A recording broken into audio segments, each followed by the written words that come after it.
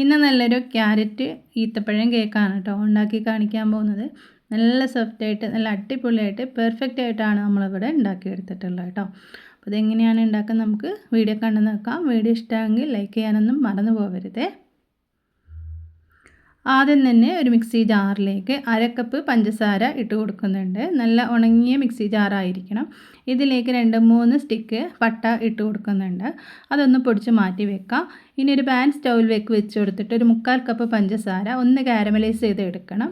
ഇതിലേക്ക് 2 table spoon വെള്ളം ചേർത്ത് കൊടുക്കുന്നുണ്ട്. ഇതിൻ്റെ കളറൊന്നും ഒരുപാട് അങ്ങോട്ട് കറുത്ത് ഡാർക്കായി പോവരുത്. ഒരു മീഡിയം നല്ലൊരു കളറാകുന്ന സമയത്ത് നമുക്കിതിലേക്ക് ഒരു 1/2 ഗ്ലാസ് വെള്ളം കൂടി ചെറു ചൂടുള്ള വെള്ളം കൂടി ഒഴിച്ചു കൊടുക്കാം. വെള്ളം ഒഴിച്ചു കൊടുക്കുന്ന സമയത്ത് നമ്മൾ തീ അങ്ങോട്ട് പറ്റെ കുറച്ച് വെക്കുക കേട്ടോ. എന്നിട്ട് ചൂടുവെള്ളം ഒഴിച്ചു കൊടുത്തിട്ട് ഇതൊന്ന് തിളപ്പിച്ചെടുക്കുക. ഇനി ഇതിലേക്ക് നമ്മൾ ഇട്ട് കൊടുക്കുന്നത് കുറച്ച് ഈത്തപ്പഴം, ഒരു 3 ക്യാരറ്റ് ഗ്രേറ്റ് ചെയ്തതും കൂടിയാണ് കേട്ടോ. ഈത്തപ്പഴം ഞാനിവിടെ 50 ഗ്രാം ഈത്തപ്പഴം എടുത്തിട്ടുണ്ട്. ഇതൊന്ന് ഇതിൽ കിടന്നിട്ട് സോക്കാവട്ടെ. ഇനി ഇതിലേക്ക് നമ്മൾ നേരത്തെ പൊടിച്ച് വെച്ചിട്ടുണ്ടായിരുന്ന പഞ്ചസാരയും കൂടി ഇട്ട് കൊടുത്തിട്ട് ഇതെല്ലാം കൂടി ഒന്ന് അങ്ങോട്ട് മിക്സ് ചെയ്യുക.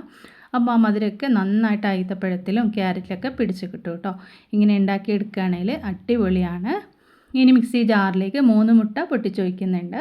ഇനി ഇതിലേക്ക് ഒന്ന് അടിച്ചെടുത്തതിന് ശേഷം ഒരു 1/4 കപ്പ് സൺഫ്ലവർ ഓയിലും കൂടി ഒഴിച്ചിട്ട് ജസ്റ്റ് ഒന്നും കൂടി പൾസ് ചെയ്തെടുത്തിട്ട് നമ്മൾ ഈ കാരമലൈസ് ചെയ്തിട്ടുണ്ടായിരുന്ന ഈ ഒരു പാനിയും ക്യാരറ്റിൻ്റെ ഈത്തപ്പഴത്തിൻ്റെ ഒക്കെ ഒരു മിക്സ് ഈ ഒരു മുട്ടയുടെ കൂട്ടിലേക്ക് ഒഴിച്ച് കൊടുത്തിട്ട് എല്ലാം കൂടി നന്നായിട്ടൊന്ന് മിക്സ് ചെയ്ത് കൊടുക്കാം.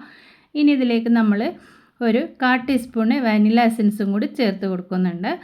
ശേഷം ഇതിലേക്കൊരു 1/4 കപ്പ് മൈദയും 1 ടീസ്പൂണ് ബേക്കിംഗ് പൗഡറും 1/4 ടീസ്പൂണ് ബേക്കിംഗ് സോഡയും ഒരു പിഞ്ച് ഉപ്പും കൂടിയിട്ടിട്ട് അരിച്ചെടുത്ത മിക്സാണ്. മാവ് ഇതിലേക്ക് ഇട്ട് കൊടുത്തിട്ട് നന്നായിട്ടൊന്ന് വിസ്ക് വെച്ചിട്ട് എല്ലാം കൂടി ഒന്നുകൊണ്ട് മിക്സ് ചെയ്ത് കൊടുക്കാം. എല്ലാ ഭാഗത്തും കൂടി വിസ്ക് വെച്ച് മിക്സ് ചെയ്തതിന് ശേഷം നമ്മളിതാ ഒരു ട്രേയിലേക്ക് ഒഴിച്ച് കൊടുക്കുന്നുണ്ട്. ഞാനൊരു A4 ഷീറ്റ് ഓയിൽ തേച്ചിട്ട് ഇതിലേക്ക് വെച്ച് കൊടുത്തിട്ടുണ്ട് കേട്ടോ. എന്നിട്ട് ബാറ്റർ ഇതിലേക്ക് ഒഴിച്ച് കൊടുത്തതിന് ശേഷം ജസ്റ്റ് ഒന്ന് ടാപ്പ് ചെയ്യാം.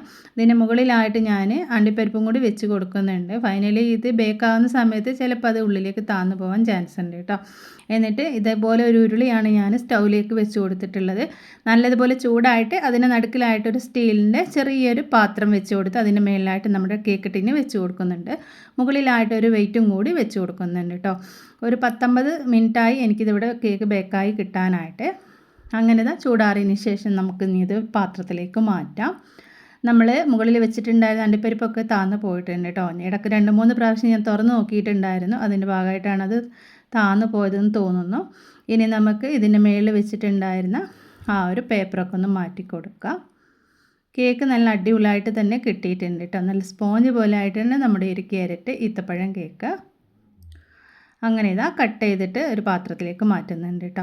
നല്ല അടിപൊളിയായിട്ട് തന്നെ നമ്മുടെ ഒരു കേക്ക് റെഡിയായി കിട്ടിയിട്ടുണ്ട്.